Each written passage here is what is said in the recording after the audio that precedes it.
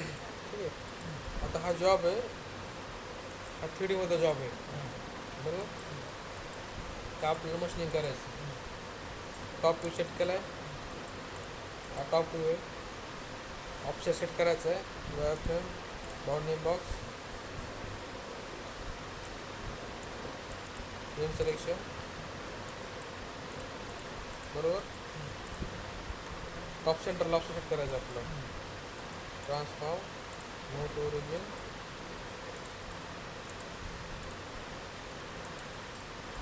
ठीक आहे.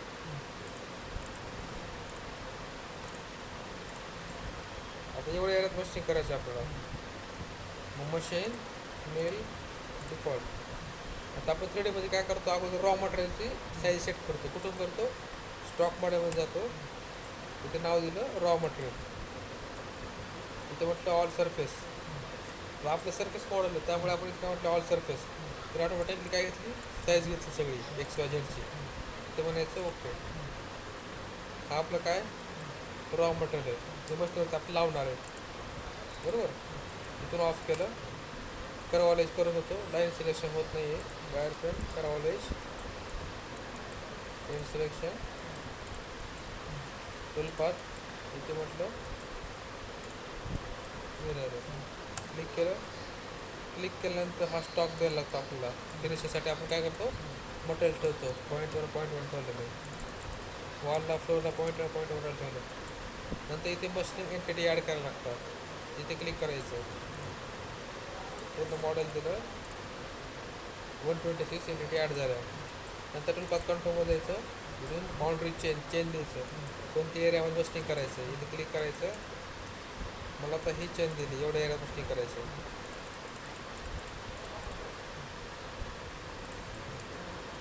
नंतर बाकी कुठे चेंज करायचं नाही. टूलमध्ये जायचं, टूल घ्यायचं, क्रिएट टूल, पेन मी घेतलं,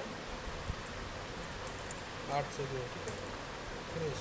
800 एवढं छोटं हे लई आहे ना, काय मोठं आहे ना ते कसं मोठा आहे. जॉब मोठा आहे ना. बरं हो, किती मोठा आहे दाखवतो मोठा होतो. स्टॉकमध्ये ते टूल सिलेक्शन तुम्ही घ्या तुमच्या सर, मग स्टेप समजून घ्या. मुद्दाम काय बघितलं 8चं, कारण मध्ये पण छोटे छोटे पार्ट आहेत. स्टॉकमध्ये गेलो, स्टॉकला ऑन केलं, प्रिव्हियस ऑपरेशनला ऑन करायचं. इथे म्हणायचं वन ऑर्डर ऑपरेशन आणि स्टॉक द्यायचा रेफरन्स. बाकी काय रेफरन्स नाही. कट पॅरामीटर इथे डेप्थ ऑफ कट द्यायची. स्टेप 4 दिला 75%. इथे झिगझॅग, ते क्रिटिकल पाथ ऑन करून इनटू चार्ट म्हणायचं. हे स्टेपला ऑन केलं, डिटेक्ट ऑटोमॅटिकली त्याने झेड घेतली. लिंक पॅरामीटर यामध्ये हे नन करायचं, हे नन करायचं. इथं मिनिमम वर्टिकल कट म्हणायचं, ठीक आहे. हे फीड द्यायचं, ऑन करायचं. काय चेंज करायचं नाही. टॉलरन्स प्लेन चेक करायचे, तुरंत ऑन करायचं. आता हे छोटे छोटे हे आहेत बघा, हे रेडियस वगैरे आहेत ना, त्याच्यामुळे आपण लहान छोटे दिले.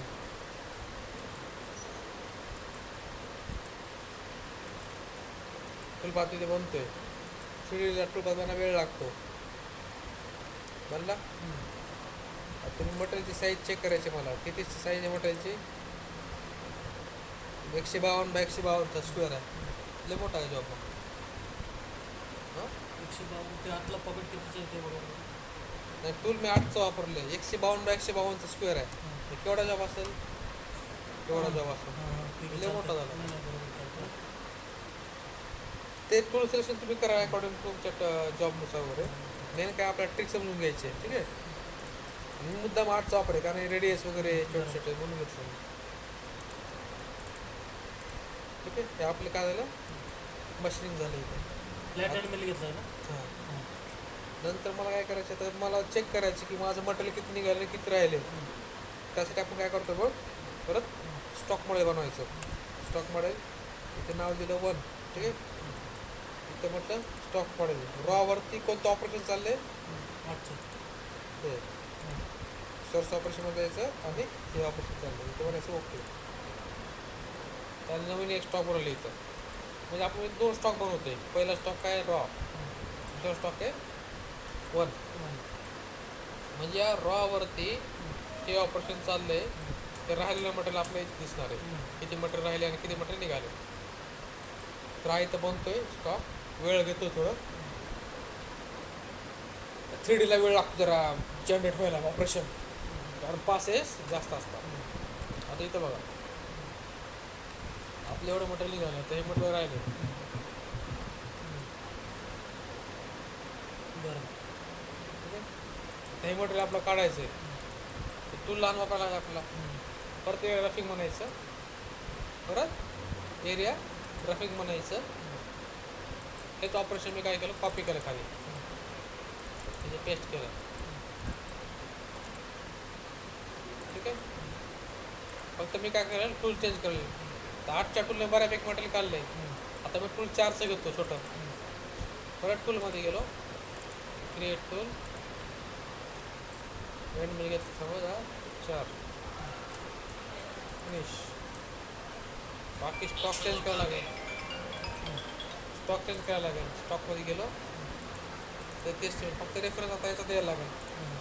बरोबर, कट पॅरामीटरमध्ये गेलो, डेप्थ ऑफ कट 0.4, 75. बाकी सगळं सेम.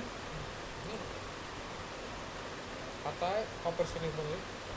आता हे जे 4चं टूल आहे, कुठं चालणार आहे? ज्या ठिकाणी 8च्या टूलनं मटेरियल सोडलं आहे, फक्त त्याच ठिकाणी 4चं टूल चालणार आहे. ह्याला आपण म्हणतो rest roughing, area rest roughing. बोलून घ्या.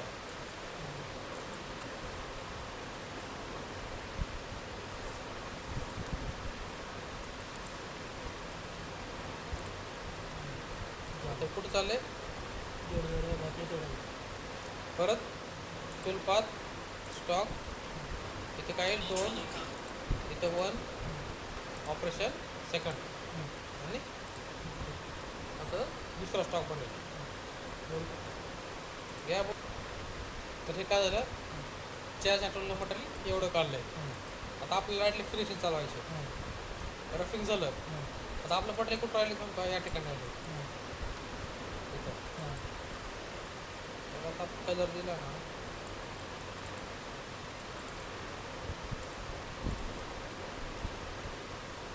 आपलं मटेरियल इथं राहिलं. हे तिथे करायला, कारण तिथे स्लॉट रेडियस लेस कमी आहे, त्यामुळे तिथे काय झालं तरी मटेरियल सोडले. आता इथलं मटेरियल निघणार आहे आपल्याला बॉलने. ठीक आहे, एरा रफिंग समजलं. स्टॉप करतो.